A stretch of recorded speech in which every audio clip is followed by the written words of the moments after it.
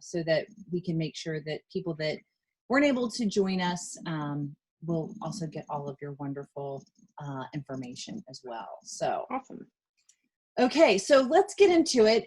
In our prep call that we had, I was talking to you about this show and that I really want it to be about growth, and I really wanted it to be about learning, and I really wanted to hear directly from people who do this full time every day, real internal communicators that are out there.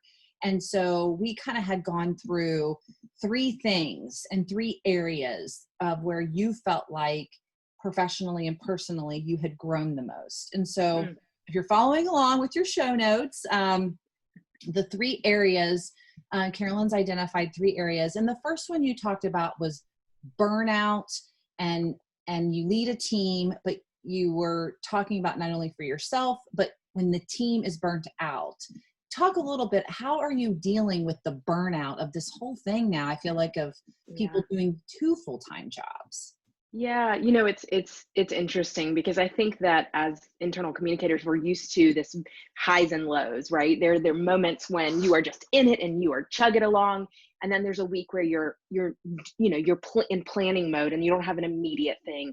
It feels a little bit like since, at least from the GoDaddy experience, since probably the beginning of February, we have been in go mode, and what I kept finding, so we have an incredible team. I'm very lucky to not be a one-woman show there, right? We've got a really big team. But one of the things that I kept finding, and I've talked about this before, and I think, Sarah, we talked a little bit about this, was like pulling different levers on the team. And so very quickly, what I realized is if you've got the same 2 people working 20 hours a day, you're going to burn everybody out. And it's exhausting. And so one of the things that we've done from the very beginning of sort of this crisis is sort of ramp people up for a period of time and then ramp them down for a period of time so that you're constantly not on.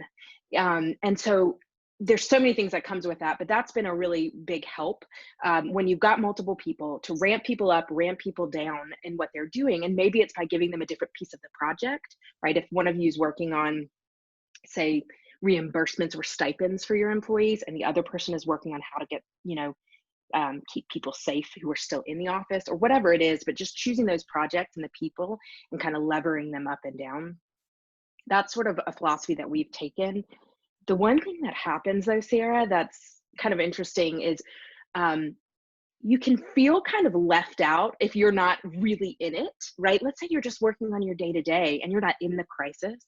You can feel, as a communicator, you can start to feel like, oh my gosh, do they not need me?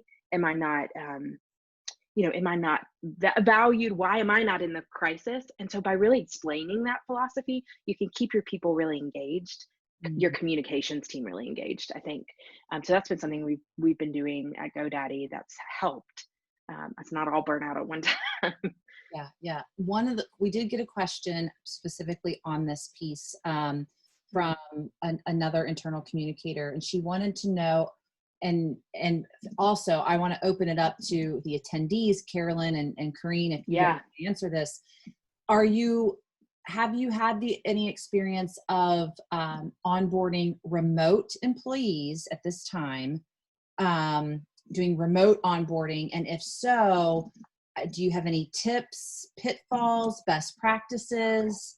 Anybody have any experience with this in this type of environment? Well, I think the real tricky thing here is it so depends on what industry you're in. And so whether you're talking about, onboarding other communicators on your team, very different experience than, say, onboarding customer service agents or folks who are working in a factory. So I think it really varies depending on the industry. This particular question is, I think, onboarding another communicator. Okay. Well, first of all, this is such a good time to think about your onboarding program as a whole, because so many folks are, maybe you're in an office, but you're remote or dispersed. So first of all, number one tip is like just having an onboarding program for yourself beyond what the company does is crucial. And it's funny, I have some folks on my team who are very passionate about what we did not do right on their onboarding and teaching us what we did wrong so that we can do it right for everybody else. I think the biggest thing that I would say, in fact, this is an idea that a woman on our team had recently, was having a full on 1 to 2 hour just get to know you Zoom session. It's something that you would do, like taking somebody to lunch, but where you're asking them questions, but you're answering the same questions. So maybe you're asking them, hey, how did you get your career started? And each person is asking that question to the new person and then answering it themselves. So you're not putting them on the spot, but you're getting to ask and answer too.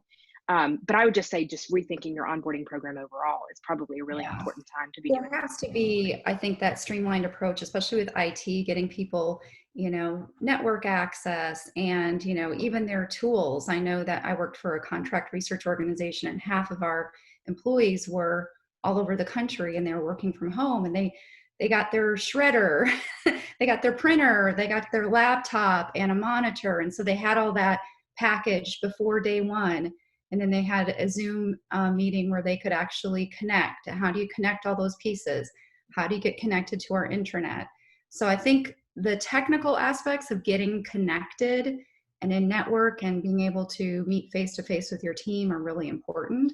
So I would say that, that technological, just streamlined onboarding approach is really important. And I don't know if Natalie, who asked the questions in the audience, but I just onboarded somebody this morning actually. And in my research to prep for this new team member, because ICPro is growing, so I'm so excited about that. I found an article, I think it was from GitLab, and they separated it into 3 sections. So the first one was be thinking about technically what you said, organizationally, how do you onboard them, and then also socially. And those were the kind of the 3 buckets that they put folks in. But I asked our team, do you want an onboarding presentation, or do you want an onboarding program, or do you want an onboarding experience? And I think those are 3 different things, but to kind of know, all right, where are we? Do we do a phased approach to kind of build it up? But anybody else have any other tips, send them our way. We'll definitely pass them along. All right, so I want to toss the next one to Corrine, because she was really interested in this next piece, Carolyn. Talked about. Carolyn, when you talked about your approach with your team around how to really resource COVID crisis communications, you talked about like the proverbial whiplash and the fact that, things would change so fast, and how you were able to flex and be able to really work towards that change. Can you explain that a bit?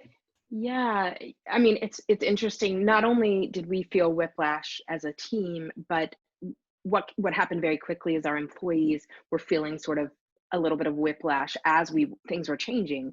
We would plan for a few days, have a great plan, and then the next day, literally something drastic would change, either based on government guidance or medical guidance or anything like that. So the first thing that we did is, from the very beginning, and we have an incredible CEO who said from the beginning that everything we did was going to be grounded in a human first philosophy. And by the way, I don't think that that's necessarily unique, everybody says that, but it's actually, I've seen, there's a difference in saying it and doing it, right? And our CEO has really held us to doing it. And so part of doing that is telling people to expect some of that whiplash that's happening. And so we very clearly, as we set up regular cadences of Q&As with our employees and communication, we said to them, this is where we are today, but full disclosure, tomorrow things could be very different. And we told them how many people we had working on this, how many hours people were spending, so that we could really ease them without that sort of, hey, we said you're going to go back to work in June. Just kidding. The next day, you're not going back till September. And it was just sort of, we've sort of said to them, we're going to plan 60 to 90 days out. We're going to tell you as soon as we know something has changed. And just kind of, again, trying to really be as transparent as we possibly can and tell them we didn't know. So much of it was out of our control, which was hard, because a lot of times in comms, when you're dealing with either a crisis like a layoff or a big thing like that, you've got time. People, everybody on this call knows you have time. You're planning up to that event. With something like a medical, a pandemic, right? You cannot plan for what's going to happen. It's totally out of your control. So getting comfortable with it out of your control and just has been part of, one of the things that we've done is just said, we can't control it, you all. We're going to just tell you as soon as we can on everything. And we just got a question come in. So this person wants to know how you design your editorial strategy for internal comms at GoDaddy and how that might have changed since COVID-19 struck. Yes, that's such a question. It's a great question. Couple things. First of all, in the very, very beginning, so again, many of us have been working on, probably started in your crisis team, depending on what part of the world you're in at the beginning of the year. Some folks even January, February. So during that sort of, as things were ramping, I hate to say ramping up, but that's what it was. What's happening, right? As that curve was growing across the world, what was happening with internal content is it was staying pretty standard, right? Our first communication was very, very light, and everything else was pretty standard. Our typical editorial strategy, which is a combination of probably anywhere from 15 to 25 pieces of content a week on different channels. So that's everything from Slack to our intranet to email to signage, all of that. As we started to get into March and we started to really get our entire employee base home, we started to really recognize, like, our employees at that moment, beginning of March to mid-March, maybe even through the end of March, to be honest, they were very focused on their health, their jobs. They really were not interested in some of the other things we normally would do, which would be marketing campaigns or performance management, all of that kind of stuff. So we sort of slowed that down, not to a halt though, because we knew that you can't just, you gotta level a little. And so we wanted to balance a little bit, but we definitely were very heavy on, we upped our Q&As, we did them more regularly. We put up a changing FAQ. Anytime we had anything new to put up, we put it up. As we were getting sentiment from our employees, we were sort of changing that content. Really in about April, we started to kind of balance a little bit more. We continued our COVID content, which was again, FAQs, Q&As, everything. But then we started to bring some things up and up more normal, I should say. So for example, our marketing campaign, we had a marketing campaign called Open We Stand, which was very much tied to what was going on in the world, but was also very clearly tied to the brand. And so we started to kind of ramp that stuff back up too. And we just gut checked ourselves. We at GoDaddy, as a team, we have 3 principles we align to: empathy, advocacy, and truth. And we looked at all of those 3 things as we decided what we were going to put out, so that we could be true to where our people were. Because if you were extremely worried and can't focus on anything, you're not going to want to hear about the marketing campaigns, right? You want to know what we're doing to keep you safe, how we're supporting our customers, how we're keeping the business healthy. And so it really was a balance. And finally, in May, we really kicked off more of our social, more fun stuff. Everybody was settled at home. We had we were very lucky. We had a healthy employee base. We started to do more fun things. Somebody on our team developed something called the Social Room, a 24-hour Zoom open channel. We had customers who were doing things like cooking challenges. I hosted a working from home parenting chat. So there was this ongoing Social Room coffee hour. And that really in May has been where we focused, along with regular content, along with COVID content. So Sarah, it kind of reminds me of your 3 areas of onboarding, actually. It's like the technical, the serious, the business and the brand stuff, and then the social stuff. That's good. I love that. A very long answer. Somebody asked. I had asked this on our panelists a couple weeks ago. It's hard, that balance of that business as usual, those programs. Did you have to kind of push back your business partners on anything that they had kind of in launch? And then how did you manage that relationship? Yeah, that's such a great question.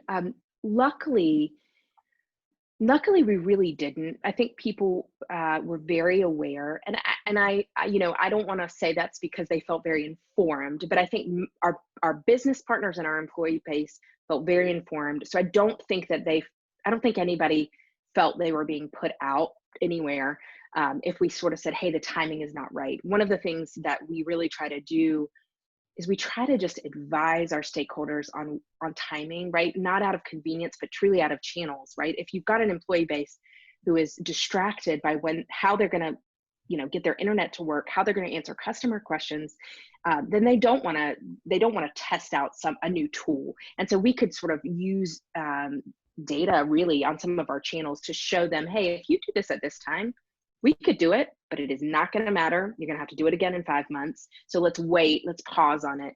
People were pretty receptive to that. And luckily, because of these meetings, and I think this is one of the things we're going to talk about, you're in the room with the next level up of the executives.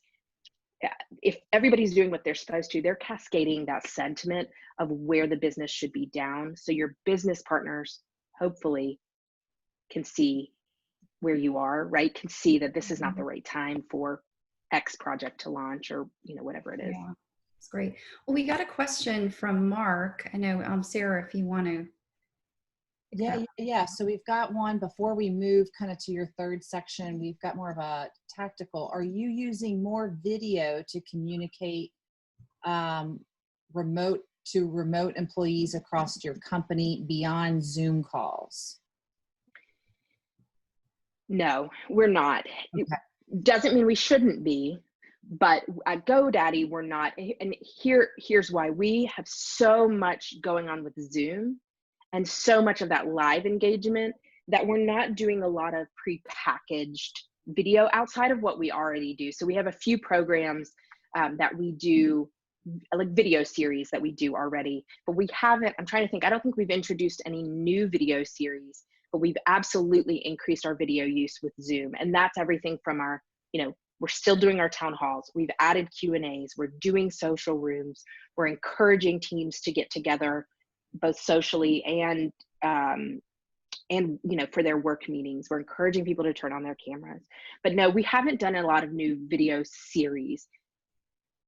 So I guess that answers that question. Someone just came in again. Has your employees, with the whole Zoom thing, have they experienced a fatigue that it's being talked about? Like, is that a thing at GoDaddy? And if so, how have you balanced that? Yeah, I think that there is. I think it ebbs and flows. I don't know about you all, but I feel like it one week you're like this, and then the next day you're like this. It's really hard to predict your mood. It's funny. I have a 6-year-old, and it's like her in schoolwork. Some mornings she wants to do schoolwork. She's all about it. And the next day I can't even get her to focus. And I think employees everywhere feel like that. With Zoom, a couple things that have been really, really important. Yes, I think people are fatigued. I don't know if they're fatigued from the Zoom conversations. I think they're fatigued from life. I think they're fatigued from having children come interrupt, or having to work in maybe they live in a 1-bedroom apartment and they're tired of being in the same space all the time. I think the fatigue they're feeling is that. One of the things we've done really clearly is really try to normalize our Zoom experiences. So you'll see here, I have my door closed, and this is a special occasion. So I've told my daughter and my husband, like, do not interrupt, right? But at GoDaddy, we have made a purpose from the CEO down to allow interruptions and to say, like, this is life, you all. We're living here. My bed may not be made back here. My kid may interrupt, might spill something. That I think has helped to make people feel a little less pressure. And frankly, we're not saying, we're saying you have to be as professional as you can, but also having your child interrupt, or maybe you don't want to put on those jeans today and you want to wear those yoga pants. That's okay. We're all doing it, whether we're admitting it or not, So Carolyn, let me push a little further on that. Yeah. Is that something that internal comms set, like, hey, this is how we're going to operate? Or was it organic? Or was that something that you led and almost managed up to leadership to say, these are our employees, we've got the pulse on them, we're okay with interruption? Like, how did that actually happen? Yeah, it's such a good point. Two ways. I think it's a little mix of both. One, we very intentionally worked with our executives to say, hey, take pictures of those interruptions. Take a picture of a Zoom call with you and all of your kids. And we started to share that. We immediately started a program called Show Us Your Space. And so we posted one this weekend where you've got a picture in our Slack channel of somebody's desk space, and right next to it, their kids' space. So we started with that. The other thing that we did, because we have so many guides, is what we call them, customer care folks on the phone, we immediately knew that as they were talking to customers, they were going to get interrupted. And we wanted to make sure that our customers, as well as our guides, felt really normalized. And so we said to them, we literally put, when you call in, it says, hey, we're keeping our folks safe. They're working from home. You may hear a doorbell. You may hear a dog bark. You may hear a kid. If you're not comfortable with that, we'll get you to somebody else. But we wanted to make everybody feel like it was normal. And then I think just naturally, we have incredible leadership. We're very lucky, and they're real people. And so when our CEO gets interrupted by his child on camera in front of 10,000 people, you sort of feel like it's okay. Yeah. So it's a mix. Yeah. We got about 5 more minutes. Kareen, you were also very interested in her third point. You want to take us home to the last point? When we talked prior, you were really talking about the fact that internal comms within your organization has had this spotlight because you're working so closely with all of these leaders that are really, central to the business continuity planning.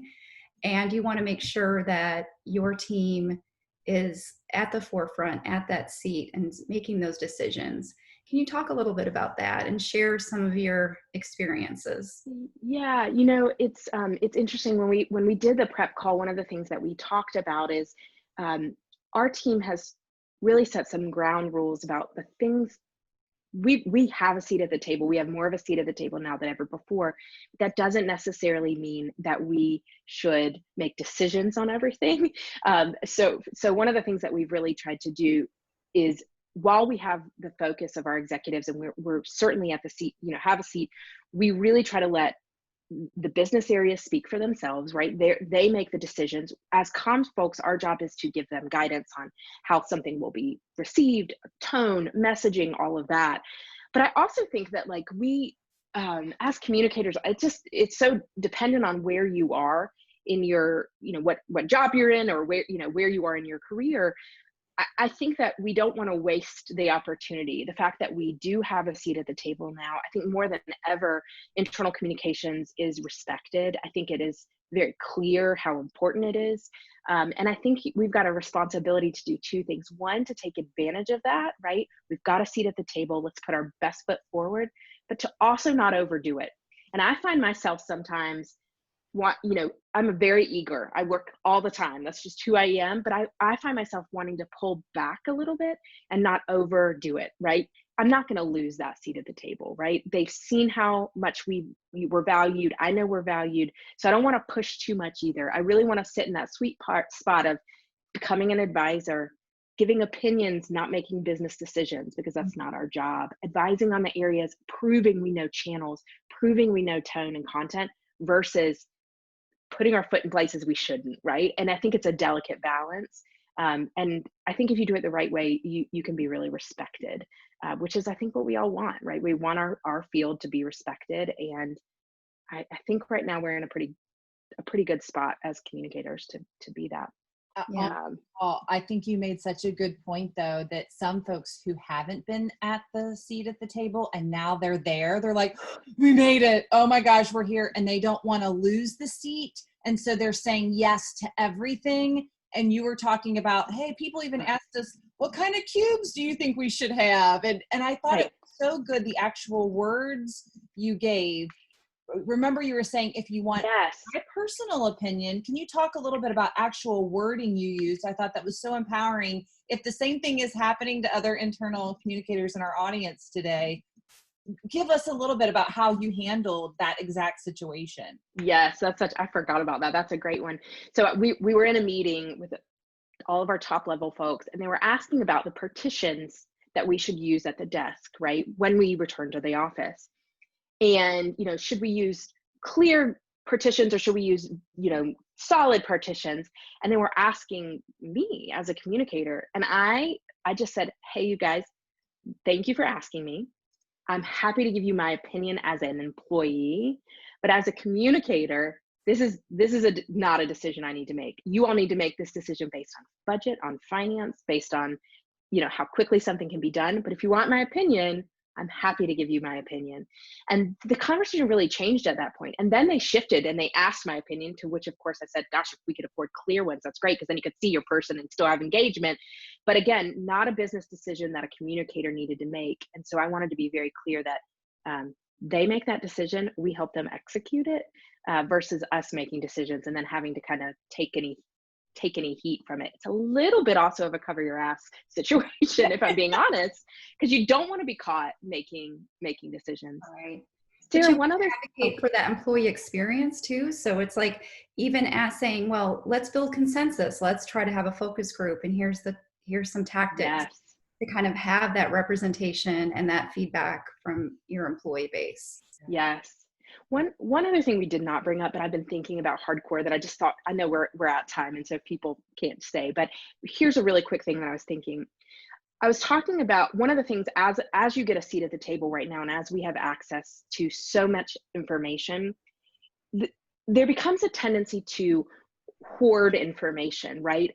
Information seems like it's power in a lot of situations. And I've worked with some communicators in my career who they hoard information that they shouldn't. Somehow they think it's, by the way, we're not talking about confidential information here. That's a different ballgame.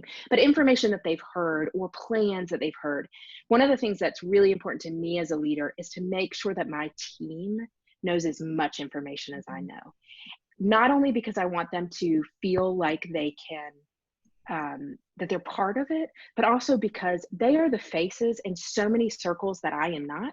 I want them to have the truth and to be able to answer truthfully. And so I just think it's a great practice to not, just because you're that one person at that table, it doesn't mean that you're sort of high and mighty. I think it's important to take everybody with you from your comms team so that you can all be the face, and have the information when somebody comes to you. But that's just been on my mind all weekend for some reason, just this hoarding of information. It just seems dangerous to culture to me.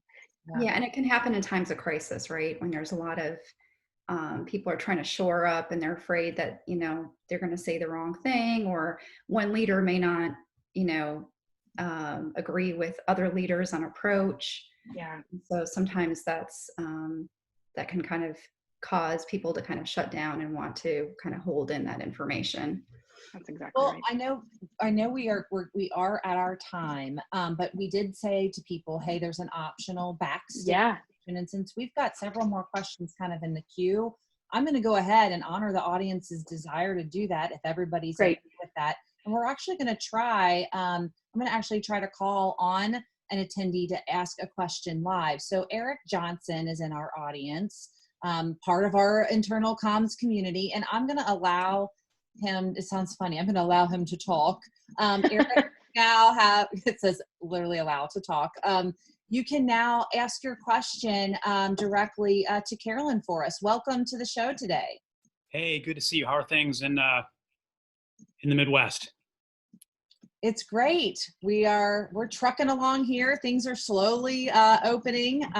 So yeah, thanks for asking, and thanks for coming on the show. I loved what you were asking in the chat. Talk a little bit more and ask Carolyn your question.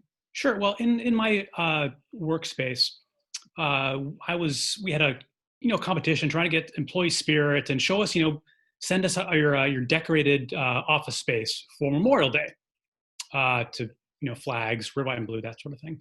And I talked to our HR division about it, and they were of the opinion, well, we're not sure if we really want to do that, because what if they send us a picture of their office space and their ergonomics is totally screwed up?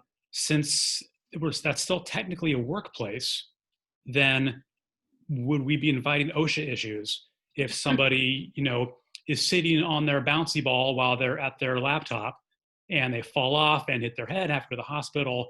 Is it then a workman's comp claim? And so we were actually discouraged from doing anything like that. We ended up having the contest be, send us a picture of your decorated workstations, like just a picture of the monitor itself. So I was wondering if anybody else had that sort of pushback on trying to get employee engagement from home. Gosh, Eric, that sounds like a huge challenge. And I think that we did not get that pushback, but I will tell you, I'm not sure we asked permission. The thing is, here's where we did ask permission, right? We did share our plans with our head of HR, our head of legal, all of that. So they sort of blessed the general plans, but we didn't ask for a specific information. I think that there also are some, and somebody else do research on this because I don't know the actual answer. I think that there are some different rules when it's a temporary work from home situation versus a permanent work from home situation. And so we sort of leaned into the moment, right? That these are temporary situations, much like we ask people to share photos of things all the time, like their workspaces in the office. So we didn't explicitly ask permission, but I think we really treated these as temporary, right? These are temporary situations. Yeah. Okay. But a way that you could get around that is that instead of, it's not as great, but if you wanted to have somebody share, like do a listicle of the 5 things, the top 5 things out at your desk, right? And maybe you develop a really quick graphic. You could use like Canva or Over or one of those things. And you've got like 5 things. And so for me, it would be like, I can't live without my tea, my iPads, my candy jar, and so then you're not actually displaying it.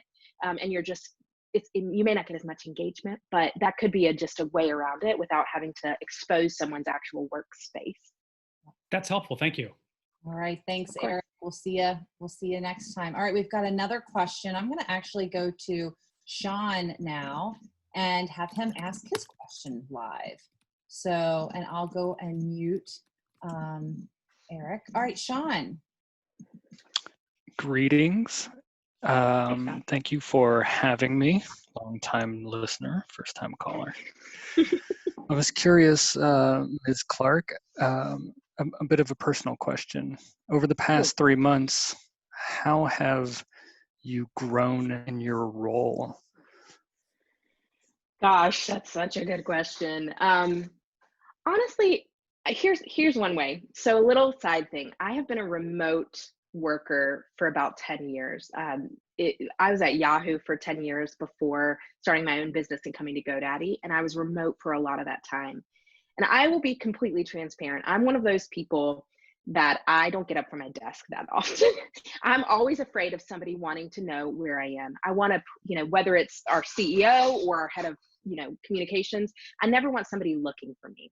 And so for probably the solid first 8 or 9 years of working from home, I was so attached to being in front of the computer because I was nervous that someone might think that working remotely or working from home meant something that it didn't. And so I felt like I was going to damn well prove that I was constantly at my computer and working.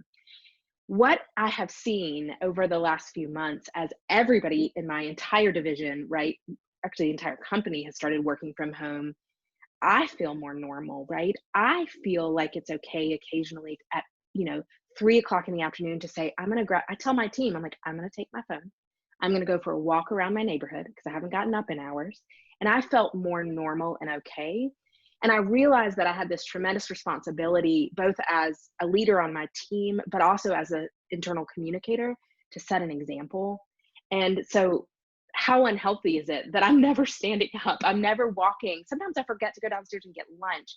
That is not healthy. And so I realized I have this responsibility to my team and to my colleagues and to even the executives to show them like, it can be normal and it's okay. And like, we have to balance life with work.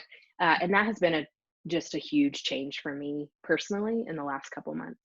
As a people manager for 6 years, I manage someone. I'm in Raleigh, North Carolina, and I manage someone in Columbus, Ohio, and someone in New York. And so I tried not to have we had Skype for business. I tried not to manage by that and just have the lines of communication open and say, if you're running late, just send me a text or a note but that can be hard when you're minding your employees by technology when they're remote. I think sometimes that can be a little bit obtrusive. I think just trying to have that communication and some of those ground rules so that they can flex, because usually when they are working from home, they're working more than the 8 hours. They're probably working around the clock. So I just know that for myself, I've been remote in this position for last year, and then I was remote with my former job. I was in the office 1 day a week, but remote 4 days a week. And I just know that your employer's getting more out of you, especially if you're an internal comms person when you're working from home.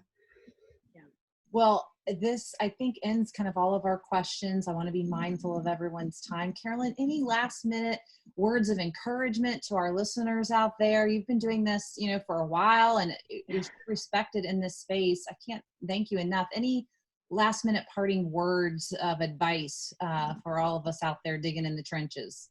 Yeah, I think just if somebody said to me, like, having grace for yourself and for your team. This is not a normal situation we're all in, and really, as leaders, and especially if you manage people, normalizing everything they're going through, and trying to really empathize with their own situations is crucial, because people want to work for people who care about them, who respect them, who let them make their own decisions, and that's, you know, so I think just leaning into that. I'll take what our CEO Aman says, like, human first. We're all humans, and we are all people, and we all have lives. And so really connecting with your employees and your team that way is, I think, is the most important thing to do right now. So, well, thanks for being part of our show today. Thanks for having me. I would, you know, encourage anyone who's listening today, if we have a podcast, we also have this show. If you know of someone that would want to be a guest, or if you want to nominate somebody on your team, I know that we'll be getting with you, Carolyn, and sending a gift courtesy of Corrine and her team at Circle, since they're our sponsor, because we want to be there and we want to encourage folks, and like, who's telling your story and saying, go get them, you know, because you're, I know, doing that for everyone else. So, and if there are people staying, I do want to try this poll, and to Carolyn's point, in being human and vulnerable in front of everyone. I tried this. Okay, this was my poll. See, I had intended, should we continue the breakout room? So I guess we should switch this and say, do you want to try a breakout room where you would actually be broken out into groups of 3 or 4 and be able to connect with the internal communicators that are on the show? I mean, we had 30-ish people, I think, maybe 25 show up today. So if I'm going to launch this poll, and if you want us on the next show to have maybe 5 or 10 minutes or even more, if that's part of it, like, yes, we want to be together, we want to talk to one another, then we'll try it on the next show. And it looks like we've got a lot of the participants of that coming in. So it's like 70% of our audience wants that feature tried. So we'll try that on our June show. So perfect. That was great. All right. Well, thanks again. I learned so much, again, from Carolyn. Stay connected with us, and we look forward. We'll be back here. I believe our next show is in 2 weeks. We're going to be back on our regular Monday schedule. And I think it's June 8th. Don't quote me on that. June 8th. Yep. June 8th. All right. We'll be back here on June 8th. We have Joe Riccardi. He is the head of internal comms for Arizona Public Electric. And he's got a wonderful team. We just did the prep call with him last week, and he's got 3 really great points that he'll be making too. And we'll send all that to you in the email so you can get on your schedule. So thanks everyone for coming. Thanks for attending Bloom. Thanks to my co-host Corrine. And thank you. Thanks, Carolyn. And thanks for coming. Of course. Y'all take care. All right. Have a wonderful day, everyone. Thank you.